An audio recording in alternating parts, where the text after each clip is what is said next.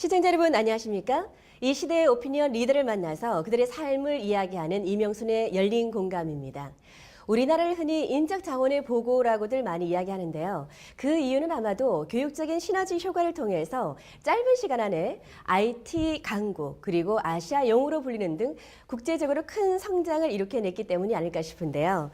오늘은 그 교육의 힘에 대해서 제대로 이야기해보는 시간을 마련을 했습니다.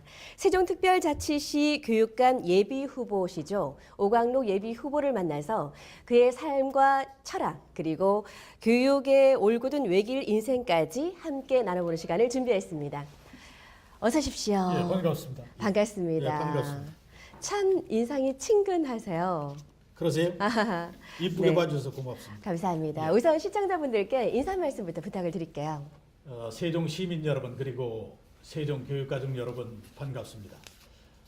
날씨가 좀 풀린 듯해서 다행입니다. 앞으로 건강 조심하시고 하시는 일 모두가 다 성취하시고 좋은 일만 있으시기를 바라겠습니다. 감사합니다. 정말 날이 풀려서 해동하는 것처럼 모든 일이 술술 잘 풀려나기를 그래요. 바라는 덕담을 인사 말씀을 해주셨는데요. 혹시 그분 아세요? 영화 배우 오광록 씨. 글쎄 저하고 동명이인이라서 네. 또 제 이름이 조금은 특이한 이름이라서 네. 많은 사람들이 기억을 해주시고 엊그제 유권 잔분을 만났는데 네. 그분이 그러시더라고요. 오광록이라는 이름으로 메시지가 한번 와가지고 나는 배우 오광록이한테서 온 줄 알았다 그런 말씀을 하셔. 그래서 그 당사자가 접니다 그랬더니 좀 웃어주더라고요. 그래요? 그래서 좀 기억이 남습니다. 서운하다는 얘기는 아니셨고. 예, 그렇습니다. 그렇군요. 정말 뭐 명품 연기로 감초 같은 역할로 영화 속에서 역할을 풀어내고 있는 배우 오광록 씨하고 함자 똑같으셔서 예, 그렇습니다. 또 친근감이 예. 더 돌기도 하고요. 인상도 편안하시고요. 고맙습니다. 좋습니다. 제가 우선 우리 오광록 예비 후보님의 경력을 좀 조사를 해봤습니다. 예, 예. 굉장히 많으신데 그 중에서도 대표적인 것만 한번 얘기를 해보자면 예. 공주고등학교를 거쳐서 충남대 영문과를 졸업을 하셨고 그렇습니다. 같은 대학 박사로 졸업을 하셨고요.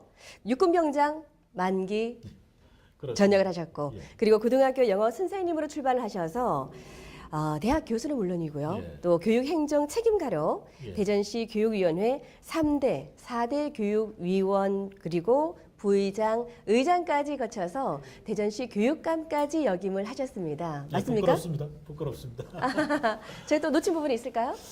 아니 뭐 놓친 부분은 없고 제 이력을 보시면 아시겠지만 제가 대학을 졸업하고 교직자로 몸을 담고 있으면서 돌이켜보면 스텝 바이 스텝으로 일치월장을 한 그런 인생을 저는 사는 사람이다. 이렇게 스스로 평가를 하고 싶고 우리 제자들이나 후배들한테 네. 제가 살아온 그 이력과 그 역경 그리고 제 경험을 기회가 되면 이렇게 같이 나누어서 그들에게 좀 보탬이 됐으면 하는 것이 제가 평소에 갖고 있던 생각이고 가끔 그런 그 제자들과 네. 또 그 젊은 청소년들과 이야기를 나누고 있습니다. 네, 부끄럽습니다. 부끄럽다는 겸손의 말씀을 주시는데 한 걸음 한 걸음 스텝 바이 스텝으로 지금까지의 자리까지 오셨다는 말씀을 예. 해주시는데 그렇게 한 걸음 한 걸음 교육의 달인의 과정들을 시간을 밟아서 축적된 시간 안에 밟아 오셨는데요. 그러면서 교육의 현장에 있으면서 굉장히 느끼시는 바도 많으셨을 것 같습니다. 그렇습니다. 어떠셨어요? 그 제가 현장에서 그 학생들을 가르칠 때는 그런 얘기를 했습니다. 이게 공부라고 하는 것이 본인의 욕심으로 되는 것은 결코 아니고 본인이 타고난 능력과 이제 소질을 알아서 거기에 맞게 이제 올바른 교육을 시키고 교육을 받아야 된다. 그래서 한마디로 얘기하면 할 수 있는 것과 하고 싶은 것 네. 이것을 찾아서 하는 것이 공부고 교육이다. 그래서 저는 이제 선생님들한테 우리 학생들에 대한 소질과 능력을 올바르게 진단을 하고 그가 할 수 있는 것이 무엇인가를 찾아주고 본인으로 하여금 하고 싶은 게 무엇인가를 좀 알아서 거기에 맞게 지도를 하는 것이 교육이다 이런 생각이 들고 앞으로도 그런 교육이 되어야 되지 않는가. 그래서 요즘 흔히 얘기하는 맞춤형 교육이라고 하는 것이 바로 이제 그런 교육이 아닌가 이런 생각을 합니다. 아, 맞춤형 교육. 예. 그러니까 할 수 있는 것 그리고 예. 하고 싶은 것 그렇죠. 이거를 잘 분간을 해서 예. 소질과 또 능력에 맞는 맞춤형 교육이 들어가야 된다. 예, 그렇습니다. 이런 말씀 중요하네요. 그러니까 일반적으로 저도 그렇습니다만 하고 싶은 게 할 수 있는 거는 아니더라고요. 아, 그렇지요. 네, 그렇습니다. 그래요. 예. 욕심만 부릴 것이 아니라 어떤 소질과 능력을 가지고 있는지를 잘 파악을 해서 이끌어낼 수 있는 그런 또 교육이 필요하다는 예, 말씀을 그렇습니다. 해주셨는데 정말 이제 뭐 교육감까지 역임을 하시면서 다양한 현장 경험을 통해서 교육 행정가로서의 경험이 또 인생 교육 철학으로 많은 큰 부분을 차지를 하고 있을 것도 같은데요. 예, 예. 그런 또 교육 전문가로서 바라본 대한민국 교육의 문제점은 또 어떤 걸로 진단을 하고 계시는지요? 요즘 그 교육계에서 대두되고 있는 그 화두가 그 창의성 교육입니다. 이 창의성 교육이라고 하는 것은 과거 우리의 교육 제도가 일관된 패턴에 의해서 모든 학생들에게 주입식 교육으로 이렇게 일관되었었는데 이제 앞으로는 앞서 말씀드린 개인의 소질과 능력에 따라서 개발할 수 있는 개인의 창의력을 개발시키는 것이 개인의 행복이고 국가 발전에 유용한 국가 발전의 큰 인재로 이렇게 다듬어질 수 있다. 이런 얘기죠. 그래서 앞으로의 교육 패턴이 조금은 달라져야 되지 않는가 이런 생각을 하고 있고 정부도 그런 정책으로 지금 많이 가고 있습니다. 그래서 교육 현장에 우리 선생님들도 그런 면에 많은 관심을 가지고 있고 그 많은 연구를 하고 있죠. 이게 많이 달라질 것으로 보고 있고 또 그런 가능성을 많이 갖고 있습니다. 네. 창의성 교육에 대한 말씀을 해 주셨는데요. 그거를 세종시에 국한을 시켜서라면 어떤 개선이 필요하고 어떤 발전 방안을 가야 될까요? 이제 세종시는 그렇습니다. 이제 앞으로 정부가 80만 인구의 도시로 뭐 키우겠다고 하는 계획과 플랜을 가지고 있습니다. 그런데 현재는 아시다시피 12만 정도의 인구인데 쉽게 얘기하면 그렇습니다. 1인 밥상의 반찬 가지수나 4인이 겸상하는 밥상의 반찬 가지수는 같습니다. 가지수는 정도는 같은데. 같죠. 그런데 네. 이제 양에서 차이가 있습니다. 그래 12만 세종시의 교육도 150만 대전과 또 1000만이 넘는 그 서울의 교육과 똑같은 그런 형식과 내용을 갖추는 것이 세종교육인데 그런 교육을 이제 하자면 규모별에서 이제 작기 때문에 여러 가지 어려움이 좀 있죠. 그래서 이제 앞으로 세종교육도 그런 측면에서 교육을 책임지고 있는 교육감이 교육 정책을 수립해야 될 것이고 그에 걸맞게 또 시행도 해야 될 것이다. 이래서 아마 충분한 경험과 노하우를 가지고 있는 그런 교육 행정이 돼야 되지 않을까 이런 생각을 해봅니다. 그렇군요. 예. 인구 수에는 상관이 없이 기본 틀은 같은데 그렇죠. 지금 예, 밥상에다가 비유를 아주 예. 이해하기 쉽게 빨리 와닿게 그렇습니다. 설명을 해주셨네요. 고맙습니다. 반찬 가지수는 똑같은데 예. 양에서 차이가 난다라는 예, 말씀을 해주셨는데요. 지금 그런 문제점을 말씀을 해주셨고 그런 것을 개선, 보완, 발전시켜 나가고 싶은 생각으로 이제 교육감 출마를 하시게 되신 건가요?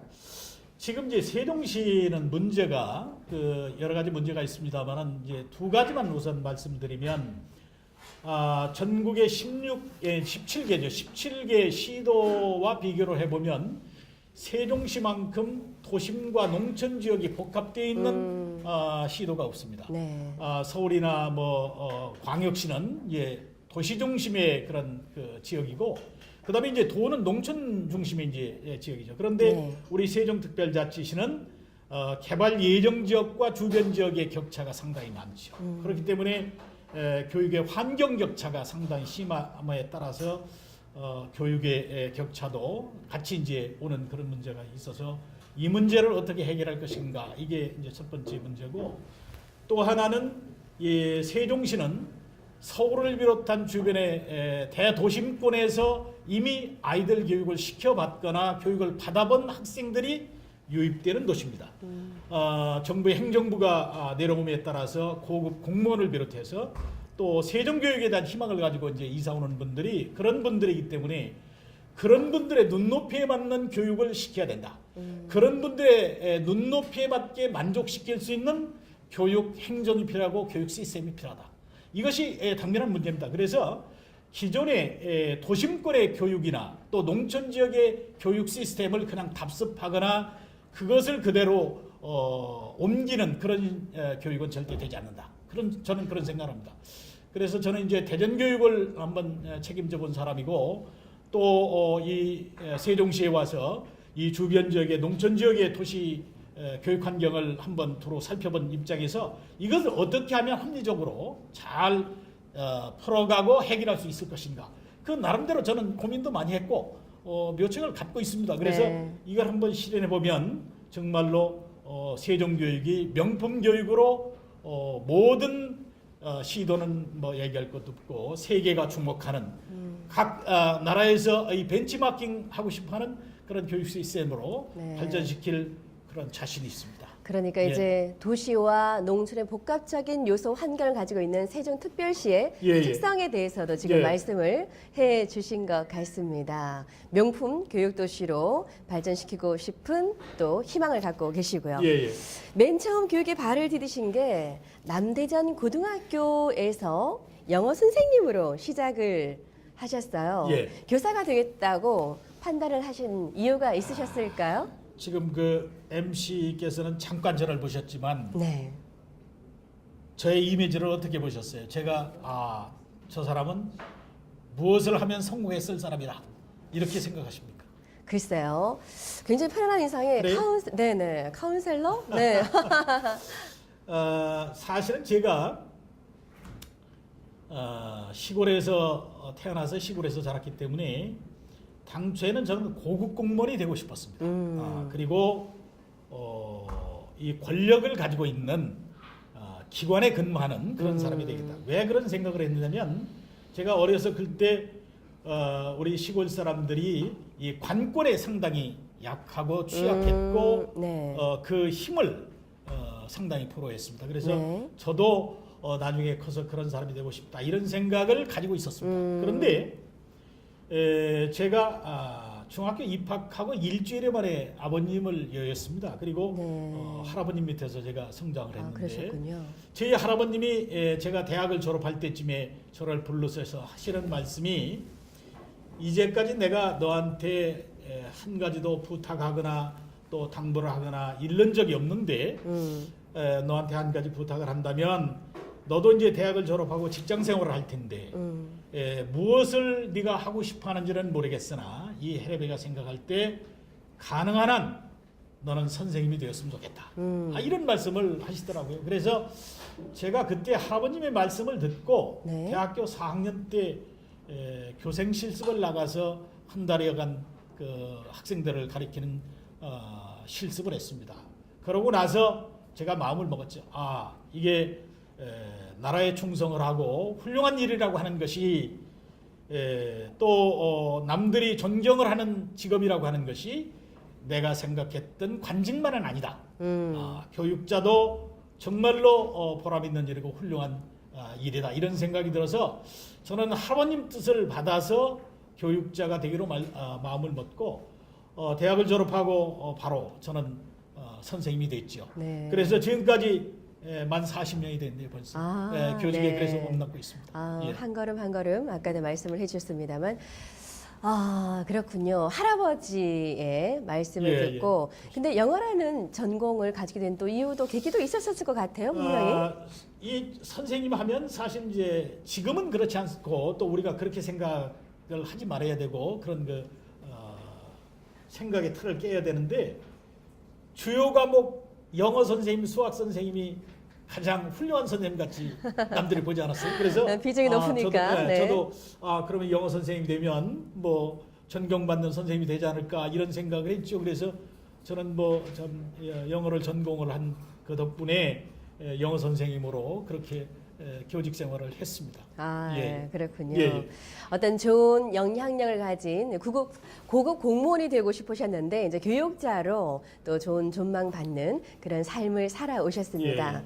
현재 교사로 계시면서 이런 것은 참 개선이 되지 않을까, 이건 참 어렵다, 이건 좀 바꿔줘야 되지 않을까라고 생각되는 부분도 있지 않았을까 싶은데요. 예, 이제 지금은 옛날하고 달라서 환경이 다르기 때문에 뭐 분위기도 다르고 그래서 선생님들이 많은 생각이 바뀌었습니다. 그런데 요즘 선생님들한테 제가 이제 한 가지 부탁하고 싶은 것은 교직도 성직이라고 하는 말을 하잖아요. 네. 그래서 마치 이제 순교자처럼 또 희생 정신이 없이 봉사하는 정신이 없이는 교직자로서 살아가기 힘들죠.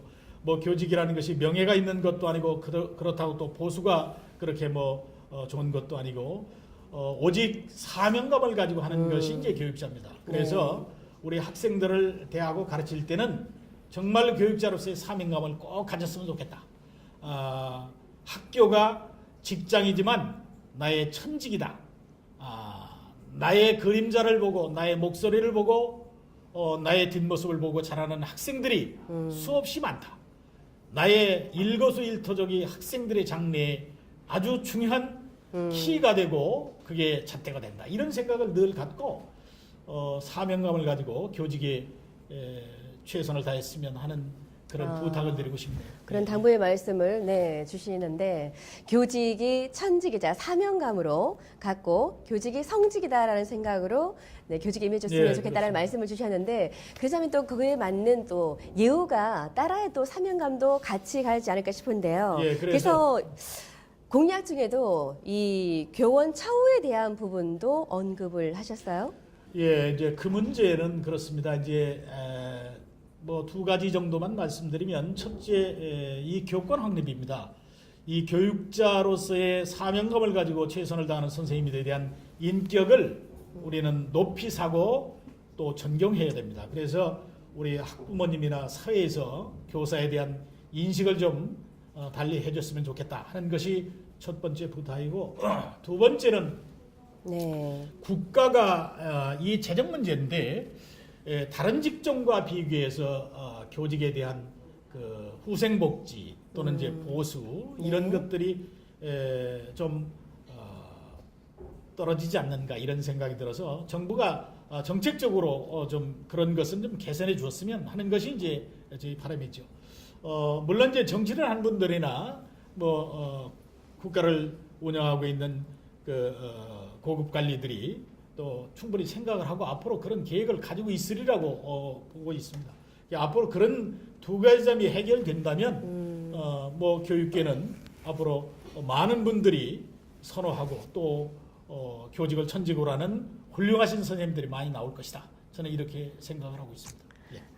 그러시군요. 예. 네, 그런 또 소견을 피력을 해주셨는데 교사로 시작해서 이제 교육감을 역임을 하셨고 이번에는 1월달에 출판 기념회를 여셨어요. 예, 그렇습니다. 네, 제목이 오로지 교육이다. 예. 네, 어떤 내용을 담고 있나요? 그 얘기는 제가 이제 그동안 이제 교육자로 살면서 틈틈이 언론사에 기고했던 글들 칼럼들. 그리고 또 평소에 제가 습작으로 썼던 그런 그 글들을 한데 모아서 낸 책입니다. 그리고 이제 한쪽 뒷부분은 제가 40년 교직 생활 중에 저와 인연을 맺었던 분들이 많이 있습니다.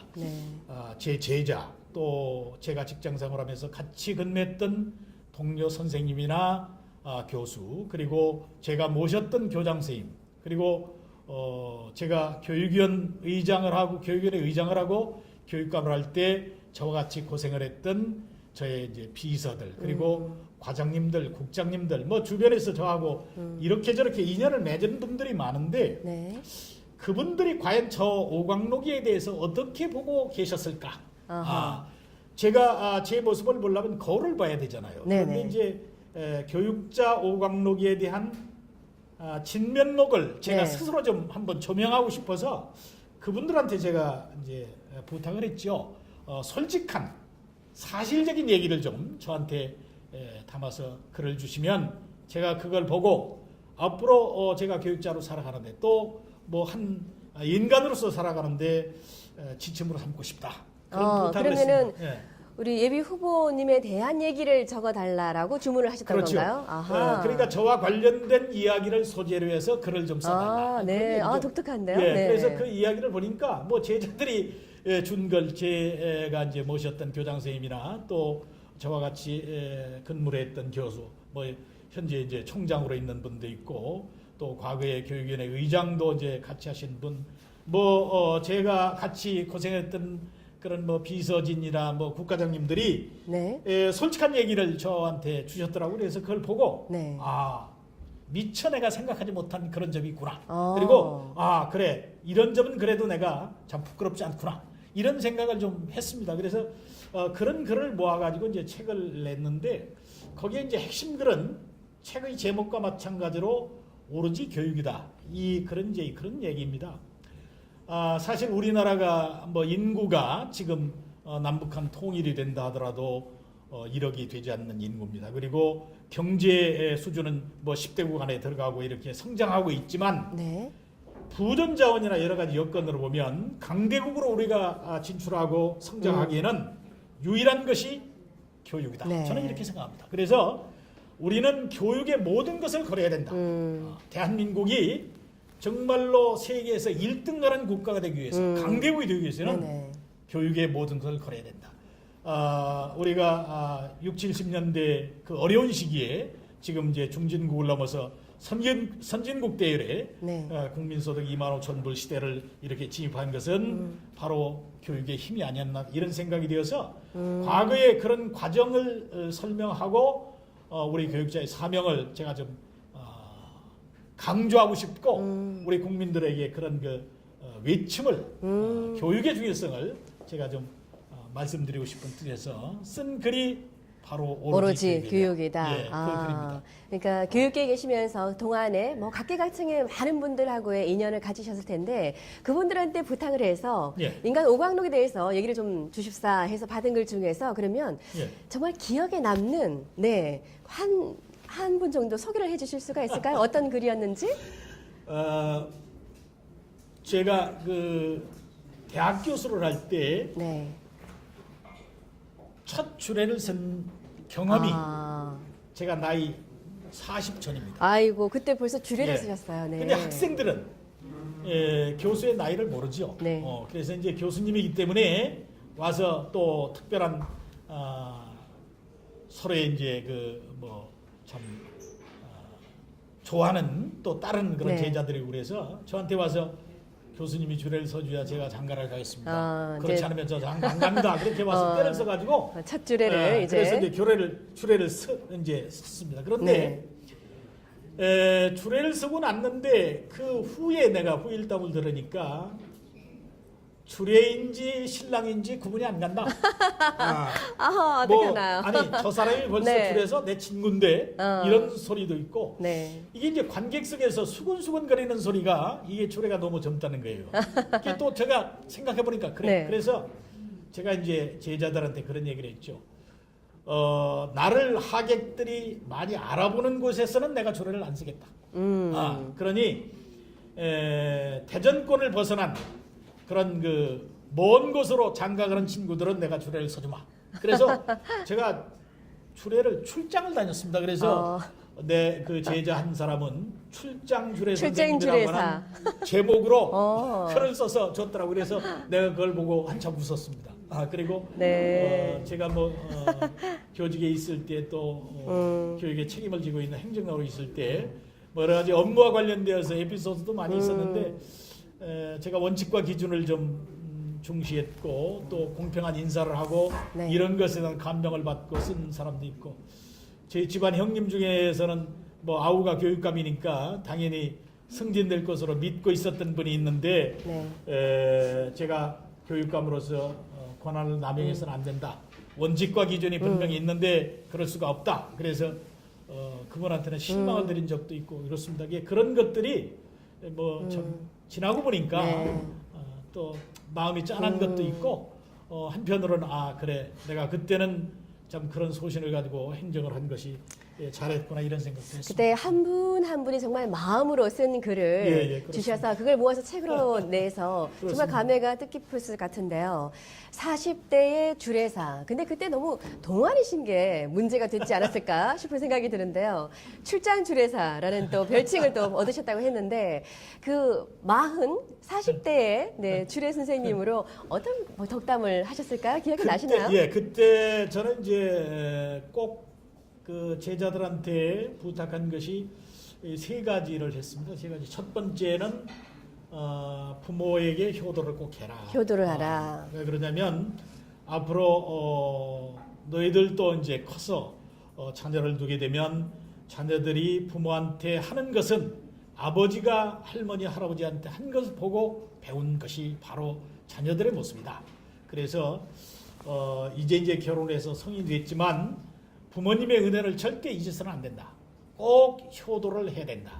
뭐 효라고 하는 것이 물질적으로 풍요롭게 해드리는 것이 효도가 아니고 마음으로 그 은혜를 알고 꼭 찾아뵙고 인사하고 안부 여쭙고 궁금해하지 않게 그렇게 하라고 하는 당부를 했고, 두 번째로는 제가 부부 예를 갖춰라 그런 얘기를 했습니다. 부부의 예를 예. 갖춰라. 요즘 젊은 사람들 보면 이제 부부지간에 말을 하대를 하는 것을 제가 많이 봤어요. 네. 뭐 심한 사람은 너니나니 하고 또 부부가 되면은 연애할 때의 심정과 달라서 서로가 이해를 지키지 않더라고요.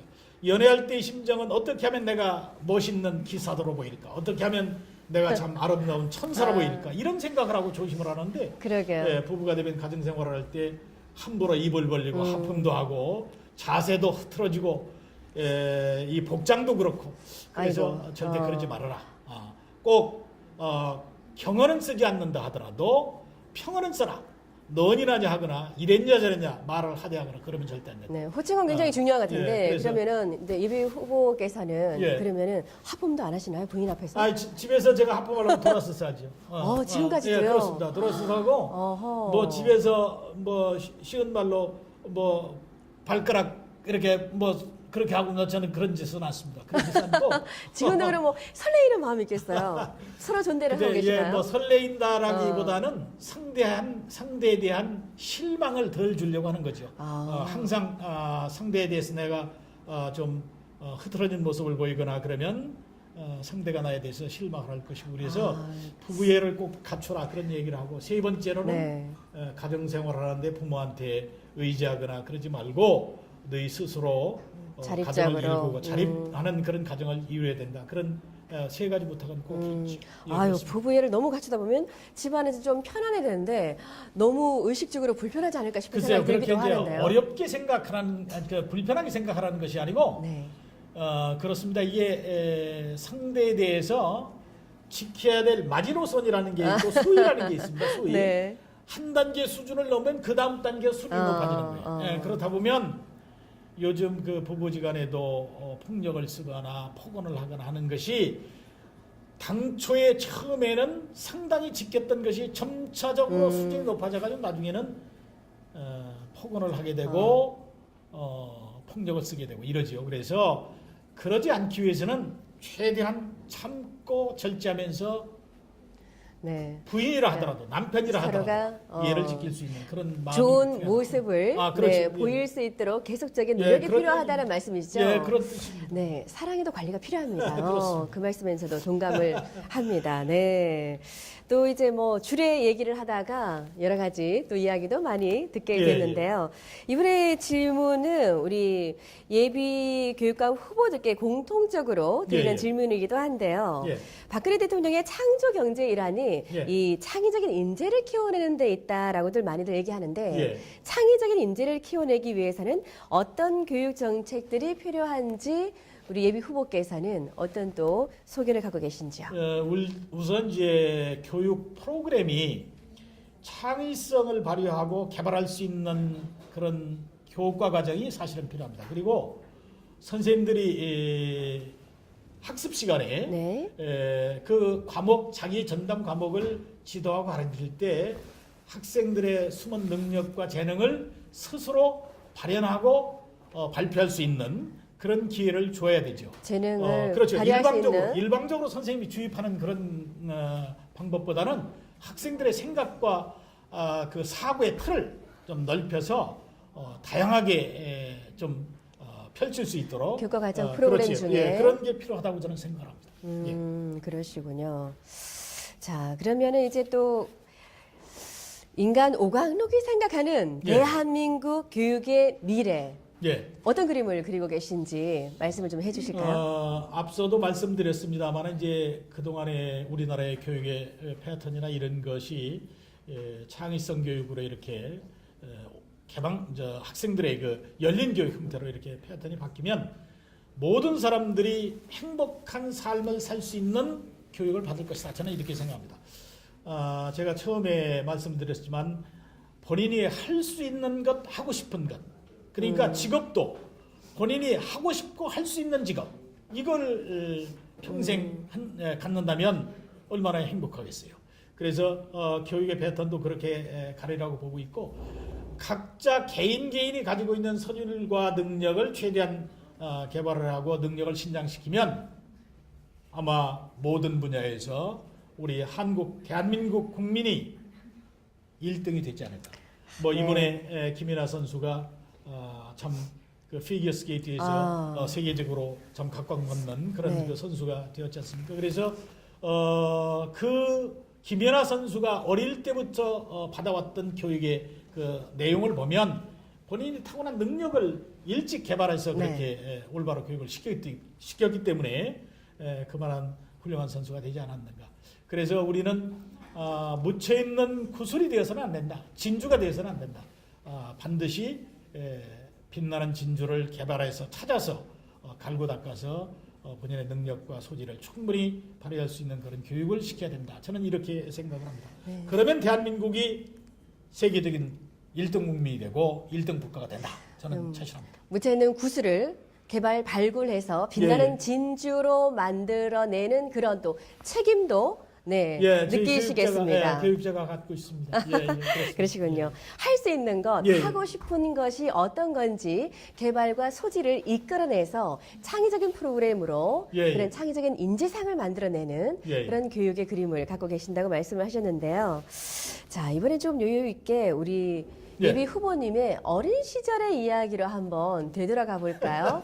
뭐 들성 부른 나무는 떡잎부터 알아본다라는 얘기도 있는데 지금의 훌륭한 면모를 갖추시기까지는 또 어린 시절의 깜깜하리 우리 오광록 예비 후보께서는 어떤 생각을 갖고 있는 아이였을까요? 저는 그 집안의 장손으로 태어나고 제가 종손입니다. 그래서 이제 할아버님 사랑을 제가 많이 받았어요. 할아버지하고 유대 관계가 아주 대단하시겠어요. 뭐 4살, 5살 먹어서 그 할아버님 친구들하고 시조도 같이 하고 내가 어려서 시조를 배워서 뭐 시조를 뭐 해서 그 사랑을 좀 많이 받았던 기억이 납니다. 그리고 인사 잘하고 아주 똘똘한 아이로 이렇게 칭찬을 많이 받았던 그런 기억이 있고 이 옛날에는 이제 이 교통수단도 그렇지만 이 통신수단이 지금처럼 뭐 핸드폰이 있거나 이러지도 않았고 전화도 없던 시대 아닙니까?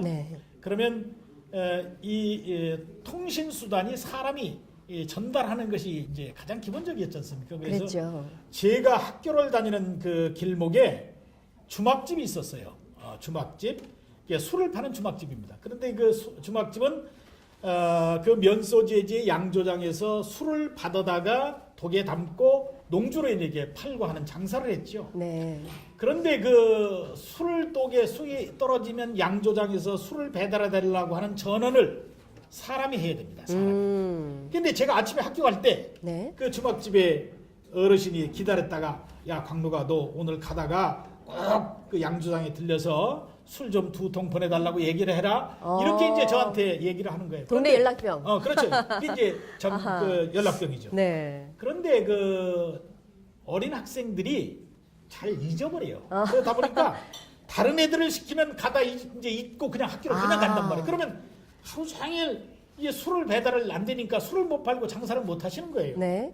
그러니까 꼭 저한테 그런 심부름을 시켰어요. 죄송합니다. 요 녀석한테다가 내가 말을 해놓으면 틀림없다. 이런 인정을 받으셔서. 그래서 제가 그런 그 심부름을 좀 많이 했고 그 면소재지에 이제 병원도 있고 약국도 있고 뭐 이 상점도 있고 그러지 않습니까? 그래서 필요한 것을 주문하거나 그런 연락을 할 때 저한테 그런 심부름을 많이 시켰던 그런 기억이 있습니다. 뭐 예전에는 농주로 예, 그렇습니다. 밭일이랑 들일을 할 때 그래요. 참으로 항상 네 농주가 들어갔으니까 예, 그렇습니다. 매일매일 그 일을 예. 전하고 역할을 또 해 오셨겠네요.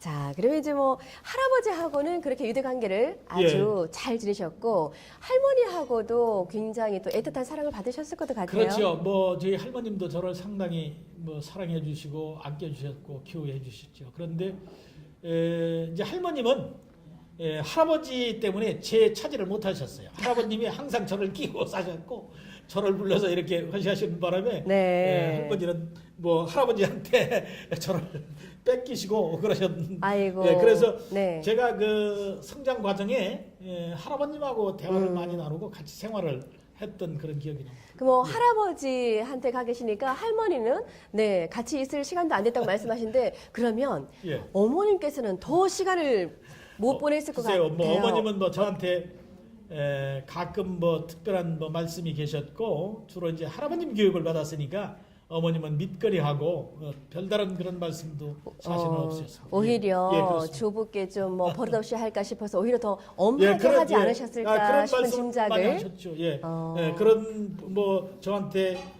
타일르고 네. 그런 그 가르침은 많이 주셨습니다. 그러면 어머님의 기억 중에 가장 따뜻하게 가슴에 남는다라는 얘기가 좀 하나 글쎄요, 소개를 뭐 해주실까요? 이제 특별한 기억은 없고 제가 그 군대 갔을 때 면회를 한번 오셨었어요. 네. 면회를 한번 오셨었는데 제가 이제 군대 생활을 하고 그 추운 겨울에 얼마나 고생을 할까 이리 걱정을 군 생활을 했던 거. 어디에서 예. 하셨죠?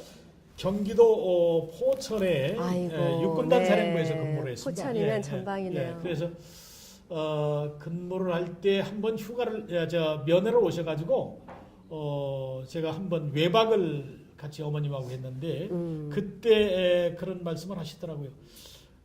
객지 생활하고 뭐 이럴 때는 그래도 뭐 마음이 놓이고 걱정을 안 했는데 군대 생활하면서 얼마나 고생을 할까 걱정을 했는데 와서 듣고 보니까 뭐 그렇게 큰 고생을 않는다고 그러니 참 네. 마음이 놓인다 네. 그런 말씀을 하실 때 이제 한 방에서 네. 같이 이제 어머님하고 자면서 이런저런 얘기를 이제 많은 얘기를 나눴죠. 그런데 그때 이제 그 아버님이 돌아가신 이후에 네. 제가 이제 그 성장했을 때까지니까 그 과정의 얘기 또 할아버님이 저한테 특별한 기대를 갖고 계신 것 뭐 이런 얘기를 쭉 하실 때 제가 좀 많은 것을 느꼈죠. 예. 뭐 장성을 해서 예. 어머님이랑 예. 그렇게 속엔 얘기, 심도 깊은 얘기를 오랜 시간 나눌 수 있는 기회였었겠네 그날이. 그렇습니다. 예.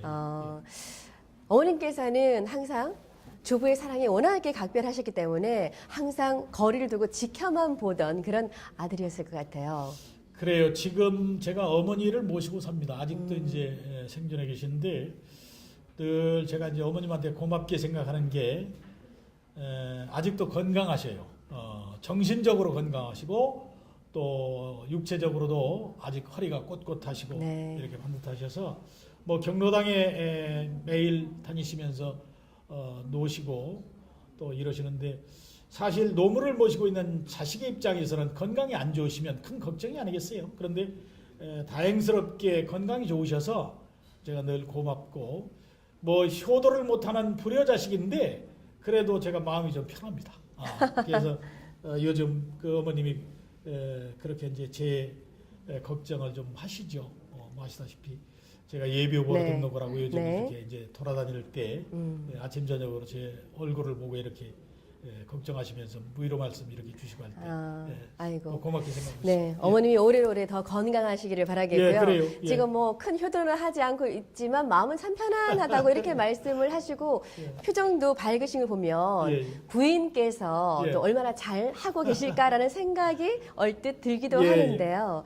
지금 부인과는 어떻게 연을 갖게 되셨을까요? 제가 대학 졸업하고 교편을 처음 아까 말씀드린 남대전 고등학교에서 네. 교편을 잡으면서 제가 대학원을 다닐 때 네. 그 대학원에서 만났습니다. 아하. 대학원에서 만나가지고 끝까지 고무신을 거꾸로 신지 않더라고요. 저를 기다려 주더라고요. 그래서 제가 고맙게 결혼을 했습니다. 이게 뭐 아시다시피 제가 비교적 단실 아닙니까? 그래서 180에서 조금 빠지는 키.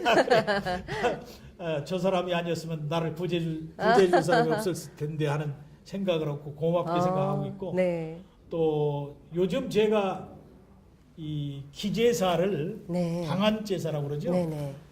4대조 봉사를 하기 때문에 8분은 제가 제사를 지냅니다. 종갓집에 네, 정성이라 말씀을.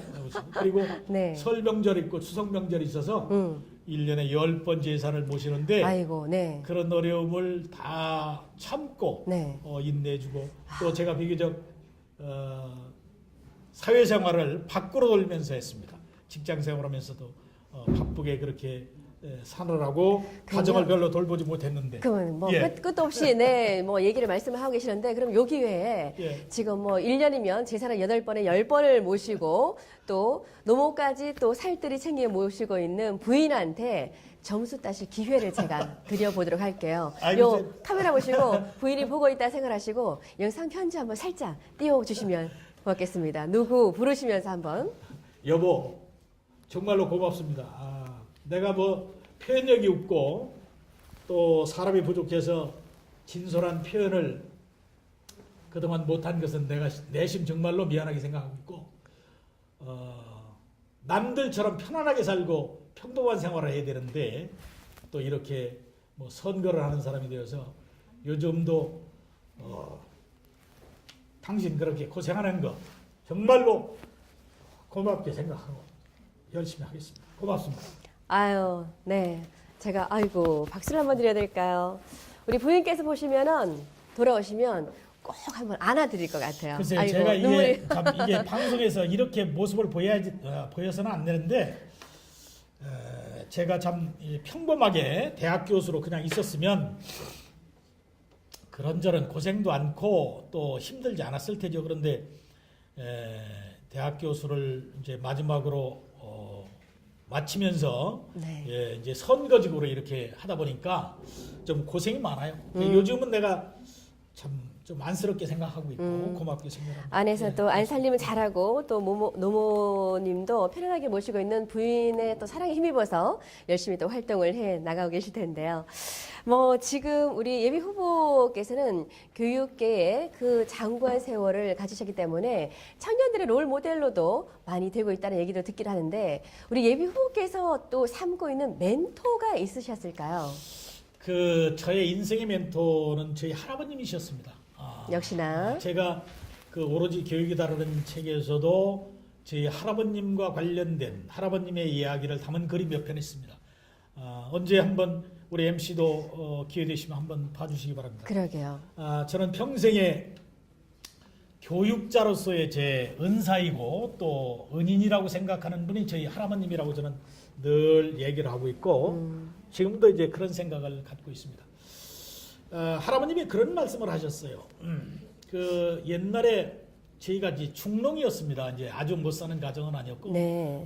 중농 정도가 되어서 사람을 두고 농사도 짓고 이렇게 했는데 아버님이 딱 돌아가시니까 머슴을 이제 남의 사람을 내보내시더라고요. 그러면서 할아버님께서 손수 지게를 지시고 일을 하시더라고요. 네. 그러면서 저한테 이제 무건의 가르침입니다.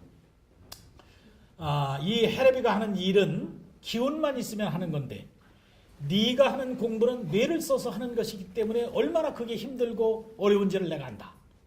그러니까 이 해레비가 하는 일을 힘만 가지고 하는 일이 아닌 공부를 하는 너는 더 어려운 걸 내가 아니 더욱더 열심히 하고 그렇게 했으면 좋겠다. 그런 말씀을 주시고 저한테 항상 그 믿음을 주셨습니다. 나는 네가 팥으로 메주를 쓴다 하더라도 나는 너를 믿는다.